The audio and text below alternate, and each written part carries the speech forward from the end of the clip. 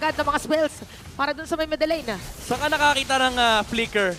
Sa bush. Papunta ng bush. Oo nga talagang diretso no, para mawala kagad sa vision niya. Pero nakita na ni Kirk sa vision niya na mapapatay niya. Ay, si Ogen, pero nakaligtas pa rin yung Hilda. Dumaan lang sa mga damuhan. Oo, biglang takbo no, pagkadaan niya, ay, naku, nagkamali pala ako ng pasok.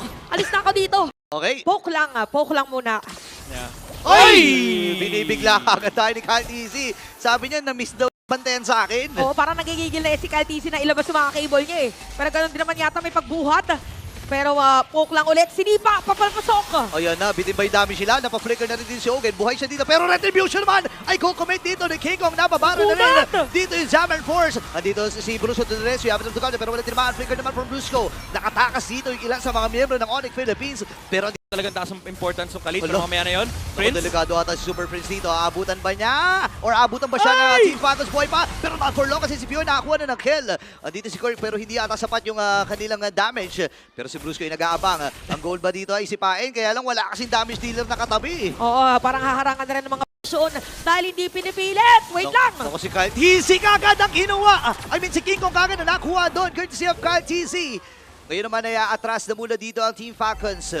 Sa likuran dito ng Lord. Yeah. Pero si Kirk umabante na. Oo. Malaking... Uy, kick! Wait lang, nagsipa na nga rin kagad! At ito yung mga Jabong Beans mula kay Kera. Pasok din niya kagad dito si Kyle TC. Pero nagamit ng Crimson Beacon. Sa likuran na sa harapan naman ito si Kirk. Pero kailangan niya lumayo dito. King Kong, diretso na kagad doon sa Lord ng laban.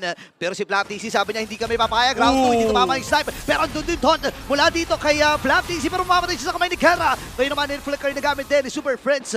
Medyo bawasan ang Team Falcons. Wala pa si Flap TC for the next 20 seconds. Oy! Pero si Kirk ata ang pinupuntirya at napuruan na kagad ni Kyle TC. Isang segundo na matay siya sa harap ni Kelra. Oo nga pala kanina, no? Kailangan nila mag-ingat dito habang si Brusco ay kumakasa na. Alam natin, nasisipa yan. Sabi lang, sige, unahin na kagad si Flap TC. Nagamit kagad dito yung kanyang revitalize. Pero sana abot of the guard dyan mula kay Flap. Habang si King Kong sa may bandalikod, makakuha sila ng kill. At isusunod pa ata nila si Ogwen. Same with Flap TC. Ngayon si Kyle at si Super Marco na lang natitira. Kailangan mag-atrasan dito ng Team Falcons. And ready ang pamilya na mag-dive. Andun yung mga cables. Abutan ba dito? Wala silang panghawak. Dito kay Kyle TC. Pero sa Pangalawa na to, pangatlo. Na talaga silang target. Nirarush na nila yung Lord. Alam nila na walang buhay yun si King Kong. Aabot ba ang mga players ng Onyx? Ayun na, nakuha na kagad ang mabilisan dito ng Team Falcons. Pero magtuturn nga ba? Pero tumaan ng Raging Sandstorm itong si King Kong. Killing spree na si Guerra. Pero lalaban na daw yung pamilya dito. Si Super Marco magiging target nila. Kaya lang ang problema ay mapuna talaga yung frontliner. Dumasal lang dun sa may Next, no? Oh, saan ka next? Uy, ayun lang, friends. Oh, wait lang. Okay, ayun na. Niratrat na dito ni Kelra. At diretso na ang Onyx Philippines. Sapat ba yung damage nila para maklear ito? Yes, sir.